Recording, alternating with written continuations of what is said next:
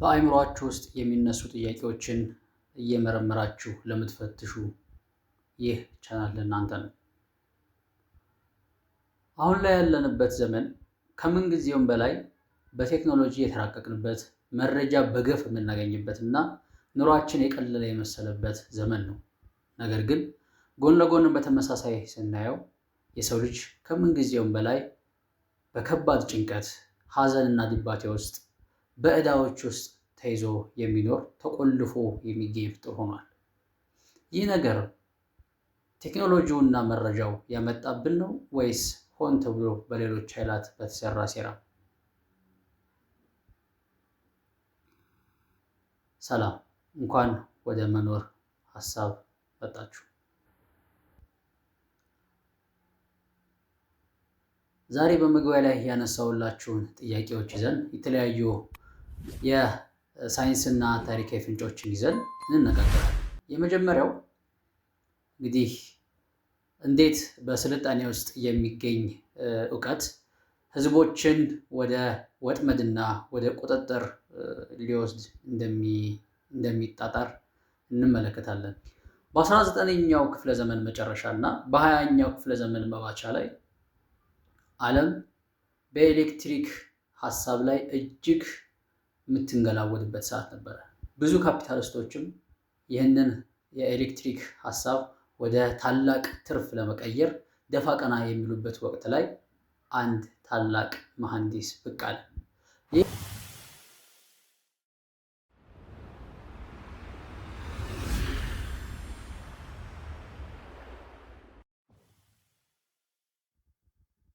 በዚህ ቪዲዮ ውስጥ ማንኛውንም ወገንተኝነት ስሜት ወይም ድምዳሜ ወደ ጎን እናደርጋለን።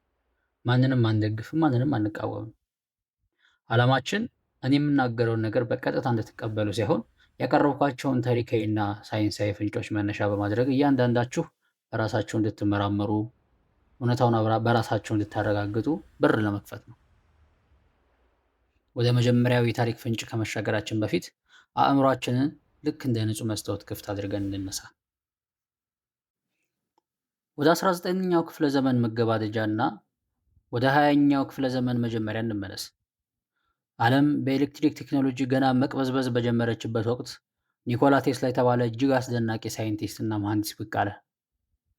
ቴስላ አጽናፈ ዓለምን የተረዳው በደረቅ ቁስ አካል ብቻ አልነበረም። እሱ በተደጋጋሚ እንደተናገረው የአጽናፈ ዓለምን ምስጢር ማግኘት ከፈለጋችሁ ስለ ኃይል፣ ስለ ንዝረትና ስለ ፍሪኩዌንሲ አስቡ ይል ነበር። ቴስላ መሬት ራሷ ግዙፍ ማግኔታዊ ኃይል እንዳላት እና አየሩን በኤሌክትሪክ የተሞላ መሆኑን ተረድቶ ነበር። እኔ ራሴ ከሜካኒካዊና ከኤሌክትሮማግኔታዊ ሳይንስ ህግጋት አንጻር ነገሩን ስመረምረው የቴስላ ሀሳብ ሙሉ በሙሉ በተፈጥሮ ህግ ላይ የተመሰረተ እንደነበር መረዳት ይቻላል። ዛሬ በቤታችን የምንጠቀመው ሽቦ አልባ ስልክ ቻርጀር እና የዋይፋይ ሞገድ የሚጠቀሙት ያንኑ የቴስላና ኢንዳክሽን እና የሪዞናንስ መርህ ነው። ቴስላ ይህን መርህ በትንሽ መሳሪያ ሳይሆን በመላው ምድር ደረጃ በትልቅ ማማ ላይ ሊተገብረው ሞከረ። ያለምንም ሽቦ ወይም ኬብል መላውን ዓለም በነፃ የኤሌክትሪክ ኃይል ማገናኘት የሚያስችል ታላቅ ፕሮጀክት ጀመረ። ነገር ግን እዚህ ጋር ነው ትልቁ የታሪክ መጋረጃ የሚለጠፈው። በወቅቱ የነበሩት ታላላቅ የፋይናንስ ባለሀብቶች ይህ ነፃ የንዝረት ኃይል ለካፒታሊስት የንግድ ስርዓቱ ፍጹም አደገኛ እንደሆነ ተረዱ። ምክንያቱም ኃይል ለሰዎች በነፃ ከተሰጠ በኬብል መቁጠር፣ በሜትር መለካትና በየወሩ የዕዳ ወረቀት መላክ አይቻልም። በዚህም ምክንያት የቴስላ ፕሮጀክቶች በገንዘብ እጥረት እንዲቆሙ ተደረገ። ላቦራቶሪው በአሻጥር ተቃጠለ። ታሪኩም ከትምህርት መጽሐፍ ተሰረዘ። ዓለምም በቴስላ ነፃ የኮስሚክ ኃይል ፈንታ በቶማስ ኤዲሰን የኬብል መዋቅር ውስጥ እንድትገባ ተደረገ። ዛሬ መላው የሰው ልጅ ለኃይልና ለነዳጅ ሲል እድሜ ልኩን የሚደክምበት የዕዳ ማትሪኩ የተፈጠረው እዚህ ጋር ነው። ቆም ብለን በገለልተኝነት እንጠይቅ። ቴክኖሎጂዎች በታሪክ ውስጥ የሚመረጡት የሰውን ልጅ ነፃ ለማውጣት ነው ወይስ ይበልጥ ለመቆጣጠር በሚያመች መንገድ? የሰው ልጆች በነፃ ምንም ነገር እንዲያገኙና በነፃ ለማግኘታቸው ደግሞ ለቁጥጥር አመቺ እንዲሆን ተደርጎ መሰራቱን ፍንጭ ይሰጣል ወይም ያሳያል። በሁለተኛነት ደግሞ አሁን ላይ የምንጠቀምባቸው ስፒከሮች እና የድምፅ መሳሪያዎች በሙሉ መቃኛዎቻቸው እንዴት እንደተቀየረ የሚያሳይ ነው። ሁለተኛውና ይበልጥ ረቂቁ ፍንጭ የሚገኘው በየቀኑ በጆሮአችን በምናስገባው ድምፅ ውስጥ ነው። ድምፅ ተሰምቶ የሚጠፋ ባዶ አየር አይደለም። ድምፅ የቁስ አካልን ቅርጽ የመቀየር ኃይል ያለው ሕያው ንዝረት ነው። ይህንን የምናውቀው ሳይማቲክስ በሚባለው የሳይንስ ዘርፍ ነው። እዚህ ስክሪን ላይ እንደምትመለከቱት ድምፅን በውሃ ወይም በአሸዋ ላይ በምናስተጋባበት ጊዜ ድምፁ እንደየፍሪኩዌንሲው አይነት በውሃ ላይ አስደናቂ የጂኦሜትሪ ንድፎችን ይሰራል። በጥንት ዘመን የነበሩ አብዛኞቹ ስልጣኔዎች የዓለም ሊቃውንት የሙዚቃ መሳሪያዎቻቸውን የሚቀኙት በተፈጥሯዊው 432 ሄርዝ ድግግሞች ላይ ነበር። ይህ ንዝረት ከምድር የተፈጥሮ የልብ ትርታ እና ከሰው አካል ባዮኤሌክትሪካል ፍሰት ጋር ፍጹም ስምምነት ነበረው።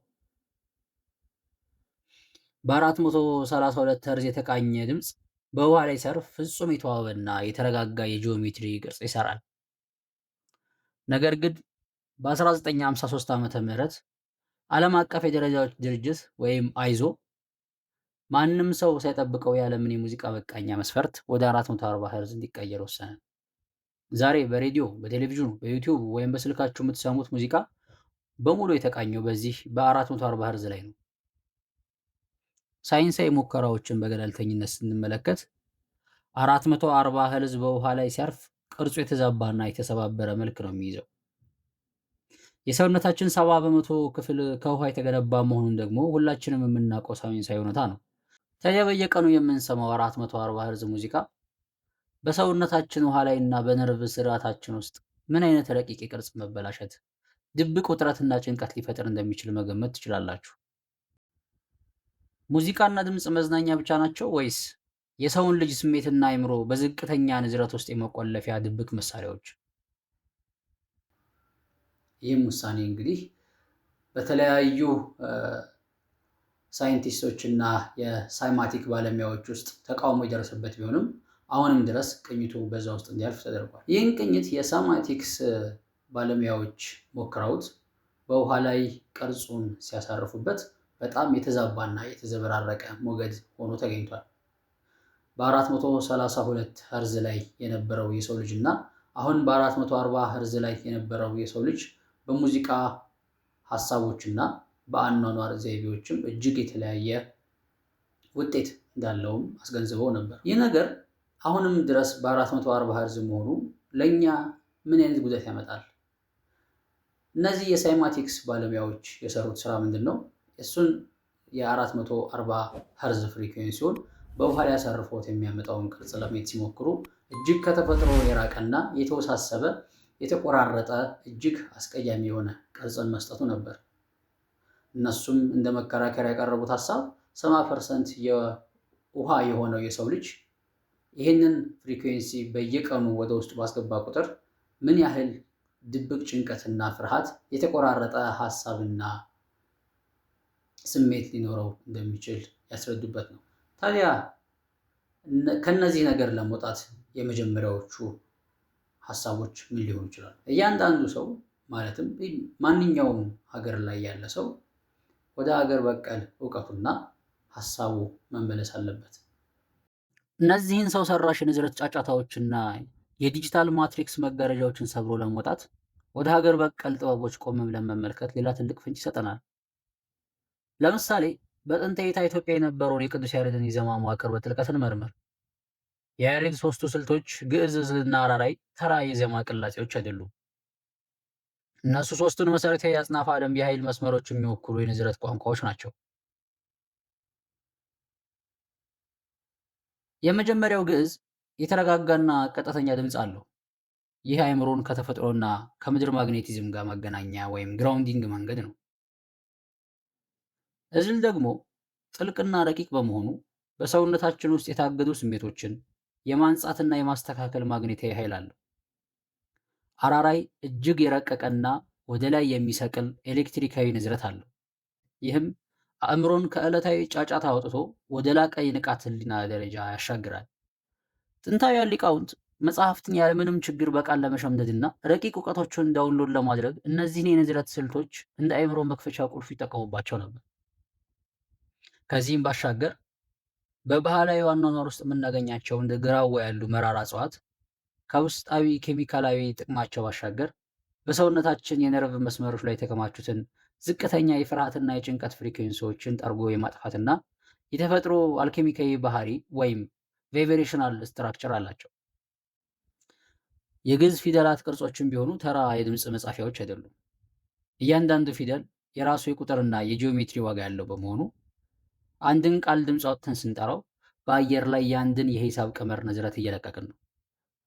በጥንት ዘመን እነዚህ እውቀቶች በጥብቅ የተጠበቁት የሰው ልጅ ሁል ጊዜ ከተፈጥሮ ንጹህ ማህደር ጋር ተገናኝቶ እንዲኖር ለማድረግ ይሆን? ይህንን እንዴት በቤታችን ውስጥ ልናደርገው እንደምንችል ሁሉም የተለያየ ሀሳብ አለው። አሁን ይህንን የነገርኳችሁ አንድን ሰው ለመውቀስ ወይም ደግሞ ለመደገፍ ሳይሆን እነዚህን የታሪክ ፍንጮች ይዘን እኛ በኑሯችን ውስጥ ምን ምን አይነት ነገር ብናሳትፍና ምን ምን አይነት ነገር ብንተው የተለየ የተሻለ የሀሳብና የመገለጥ ደረጃ ላይ እንደርሳለን የሚለውን ለማንሳት ነው። ዛሬ ያነሳናቸውን እነዚህን ሁሉ ታሪካዊ ፍንጮች ያቀረብኩላችሁ ማንኛውንም አካል ለመወንጀል ወይም የሴራ ትረካዎችን በቀጥታ እንድትቀበሉ ለማድረግ አይደለም። ይልቁንም ሁላችንም በየቀኑ የምንሰማው ሙዚቃ፣ የምንጠቀመውን ቴክኖሎጂ እና የምንከተለውን አኗኗር በንቃት እንድንመርጥ ለማስታወስ ነው። እውነተኛው ፍንጭና ጥበብ የሚገኘው እኛ ከስሜትና ከወገንተኝነት ወጥተን ነገሮችን በገለልተኝነት መመርመርና እውነቱን በራሳችን ማረጋገጥ ስንጀምር ብቻ ነው። በህይወት ውስጥ የድምፅና የንዝረት ተጽዕኖ አስተውለው ያውቃሉ? ሀሳቡን በገለልተኝነት ኮሜንት ላይ አካፍሉ። ስለነበረኝ ቆይታ እጅግ አመሰግናለሁ። መንዶር ሚዲያን ሰብስክራይብ በማድረግ በቀጣይ ጉዳዮችን አብረን በገለልተኝነት መመርመራችንን እንቀጥል። ሰላም ሁኑ።